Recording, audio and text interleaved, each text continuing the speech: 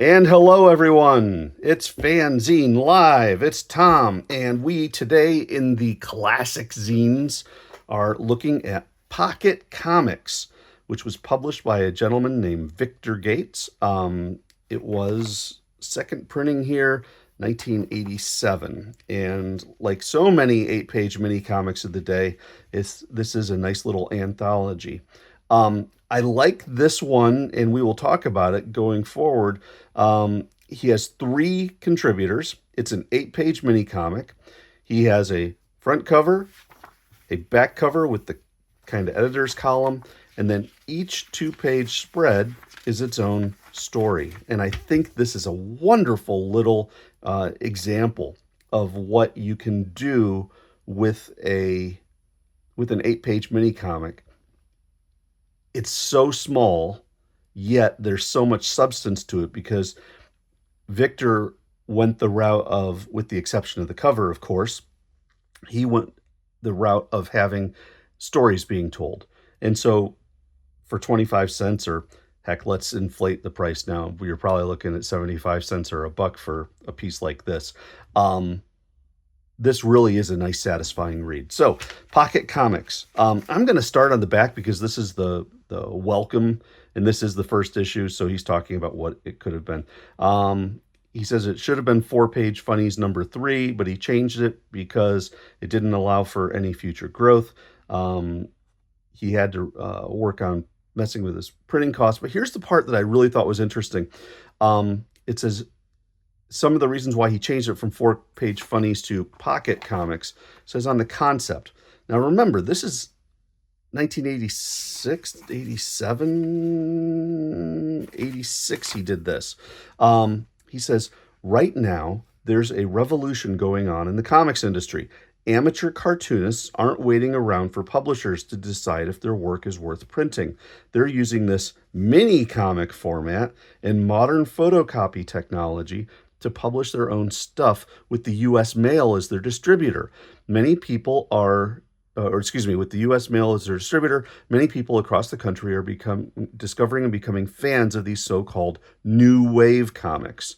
I thought it would be fun to join this movement, to exchange ideas with other cartoonists, and maybe broaden our audience a little. So I think that's really neat. As a snapshot in time, and I don't have any background on Victor Gates. I wish I did, because he's clearly talented in his cartooning, and I think it's really cool. But what he's done is he has transformed himself into a small press comics explosion style mini comics creator. And it's neat to see where he goes with it because it's not the same old, same old. So let's take a look inside. First off the cover, it says, I never leave work without my PC. Somebody says, the personal computer. And look, it looks like a calculator back there. No, Pocket Comics. Neat cartooning style. Is hatching the shading really well. Very cool. Okay, this first one is a little rough to read, only in the sense that the person, George Stasinos, back in '86, just used a single pen and no shading to speak of. However, it is kind of funny. Military Comics presents George in Open Rebellion. So you've got George whistling. He goes to the chow hall, walks in through the exit. He's a rebel. Soldier, yes, sir. You got one too many buttons unbuttoned on that shirt. You can't eat dinner until it's corrected, Private. You mean I can't eat until this button is buttoned? That's right. Sorry, but I'm not that hungry. George says, I've got to get even with that guy. He says, I know. I'll walk into the chow hall with just my underwear on. Soon. Ta-da! Good. Everyone's looking. And he's grabbing his food and his underwear. What? Private, where's your uniform? No one has ever done this before. I don't know what to do other than to warn you not to come into the chow hall with your underwear again, or you'll be in big trouble. We've got a wink.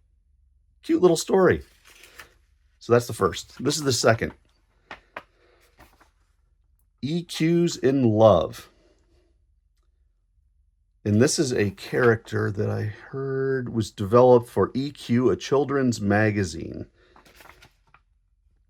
And it's by Mark Elliott. EQ says, loves me not. Hey, EQ, what's going on? Says, I've fallen for the most wonderful creature in the universe. You're in love with E.T.? Remember, this is 1986, so we're talking about E.T., the extraterrestrial movie. No, the most beautiful girl I've ever seen. Is Brooke Shields in town? I'm serious. Her name's QT, and I want to ask her out. So call her. You're not afraid, are you? Heck no. I'm terrified. Later. Hello? This is EQ. I really want to get to know you. I think you're something special. Are you busy Friday night? Yes, I am, but I'll let you ask my daughter, QT. Thud. Clearly that was the mom instead of QT. But here's QT. It says, hi, EQ. I'm free Friday night. What do you have in mind? Would you like to go to the school dance with me? Okay. Yahoo! What was that noise? A phone static. Anyway, I'll pick you up at 7 p.m. See you then. Hark, not only is love in the air, but so is food. Being in love gives a guy a hearty appetite. Then he goes to bed, and he's got hearts jumping over the fence in his dream. Next issue, The Big Dance. And I do have the next issue sitting around somewhere, so maybe we'll take a look at some point. And then Victor did his piece, Victor's Words and Pics. My art history. Nice little autobiographical piece. I started drawing pictures just like every other kid, but I gained my first love of art through collecting comic books. Steve Ditko was the best Spider-Man artist. As the artist of the family, everyone expected hand-drawn birthday cards from me. You take the cake. Ha ha ha. I did most of my cartooning in high school. At one art show, I won 11 awards. I am so proud. Look at all the awards. My art ability came in handy during my 2 years as an LDS missionary in France. And I'm not even going to bother trying to read the French. I'm so bad at my French, and my French student son and my French literate wife would howl if they heard me reading that. When I came back, I took some illustration and graphic arts classes. The record cover is due tomorrow. Vic D. It's 2 a.m. For the past few years, I haven't drawn anything except a few cartoons for our family newsletter. Vic D., aren't you done with the Gates plates yet? He says, this is taking forever. Yes, I've gotten rusty. Hopefully this comic book will get the old juices flowing again. Look, hot off the Xerox. Pocket Comics. So we've got a nice self-portrait of Victor Gates there. I like this. He's got a great style. It's almost a perfect complement. You've got the very light, simple, almost a Fred Hembeck style, an early Fred Hembeck, very, very early style with military comics here. And then jumping back to the end, there's a lush style to what Victor does with his hatching and his shading. He really does a nice piece. And he has a good cartoony style, but it's not overly cartoony. Very cool. Very, very cool. So anyway, Pocket Comics, #1. You can see what I mean. It was a nice, fast read. It was a substantial read. You had 3 cute little stories, and all for 25 cents. Those were the days.